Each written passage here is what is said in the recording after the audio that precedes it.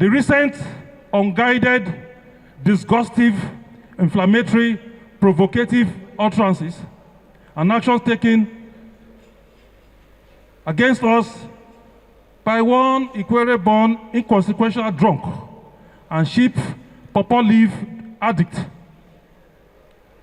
with the support of a few of our own Rivers Ijaw brothers and in connivance with the powers that be in the three arms of our government are condemnable.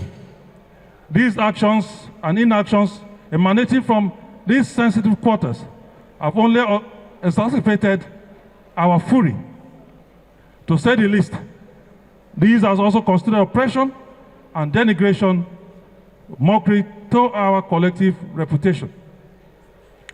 Our response to redeeming our image and reposition ourselves to assess, explore, exploit, control, and manage our God-given resources for our common good will be characterized by strategic resolve, not reactive emotions.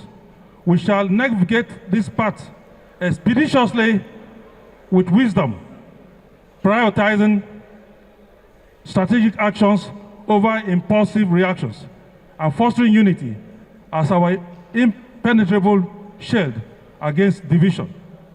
Today, I, on behalf of the National Executive Council of the INC, employ our leaders and stakeholders to assist Congress to forge a unified front, articulate a singular purpose, and execute a coordinated strategy. The Ijaw Nation, renowned for its indomitable spirit, must now exemplify strategic leadership, not only for our immediate interest, but for the preservation of democracy, democratic values throughout Nigeria.